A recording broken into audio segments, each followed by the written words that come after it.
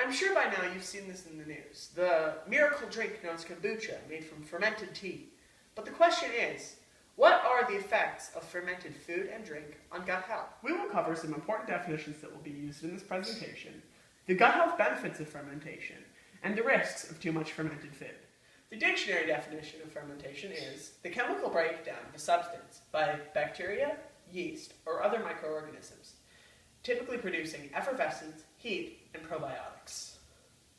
Here's a graph of how lactobacillus, an important probiotic made through fermentation, matures and changes over the course of time in sauerkraut. The definition of another important word, probiotic, is a microorganism that, when consumed, maintains or restores beneficial bacteria to the digestive tract. This helps the billions of good bacteria living in your gut to grow and thrive. This is a picture of a SCOBY, a symbiotic culture of bacteria and yeasts. It is used in the making of kombucha, which I will show later, and helps give the sweetened tea of kombucha its fermentation. Fermented foods help support your microbiome, the millions of healthy bacteria living and breeding inside of your gut. This is through the many live bacterial cultures that foods such as kefir or yogurt have in them. This can also be attained from the bacteria and yeasts in kombucha. These help replenish the healthy bacteria that have been killed due to things like stress and antibiotics. To get the most out of fermented foods, people should eat different starchy foods, such as cabbage or green bananas. This is because they act as a sort of precursor for fermented foods. Because they are so rich in fibers, fibers act like a food for the lining of your intestines as well as the healthy bacteria in your gut. So this helps reduce certain symptoms of the initial rush of probiotics when you start eating fermented food, such as gas and bloating. Speaking of which, the probiotics in fermented foods are known to reduce inflammation as well as provide for your good gut bacteria. But what does your gut bacteria affect?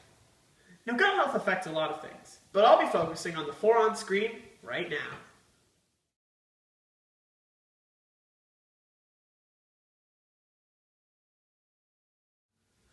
Number 1, it improves gut health.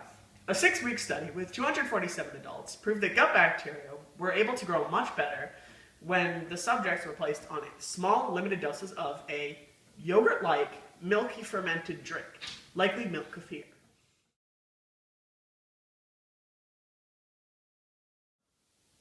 Number 2, it improves weight loss. In a 2013 double-blind study, obese men and women were given small capsules of a strain of lactobacillus, known as LPR, and another group was given placebo. Even halfway through the study, there was an evident difference in weight between the placebo group and the LPR group, the LPR group being significantly slimmer than they were on day 1.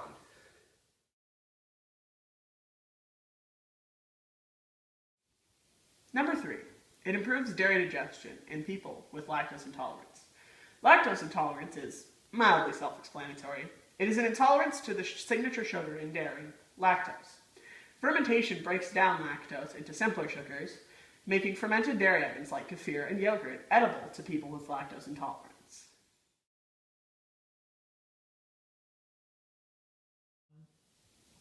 Number 4, and definitely the most surprising one, mental health.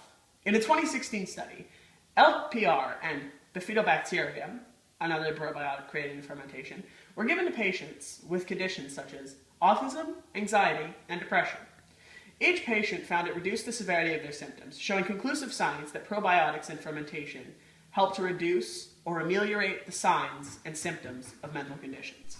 For my demo today, I'm going to be taking a look at different fermented foods, the colony-forming units per cup, and the main strains of probiotics in each of these foods. First up, we have kefir, a drink originating in Russia. The list of strains of probiotics are Leuconostoc, Bifidobacterium bifidum, Streptococcus thermophilus, Lactobacillus delbrueckii with the subspecies of Bulgaricus, Lactobacillus kefirinofaciens, Lactococcus lactis, and Lactobacillus helveticus. and the colony forming units per cup are 27.7 billion. This is kimchi, a traditional Korean food. The list of strains of probiotics in this food are Leuconostoc mesenteroides and Lactobacillus plantarum, and the colony forming units per cup are 5.2 billion. The next food is actually yogurt. The list of all strains of probiotics in the food are Lactobacillus bulgaricus and Streptococcus thermophilus, and the colony forming units per cup is 3.6 billion.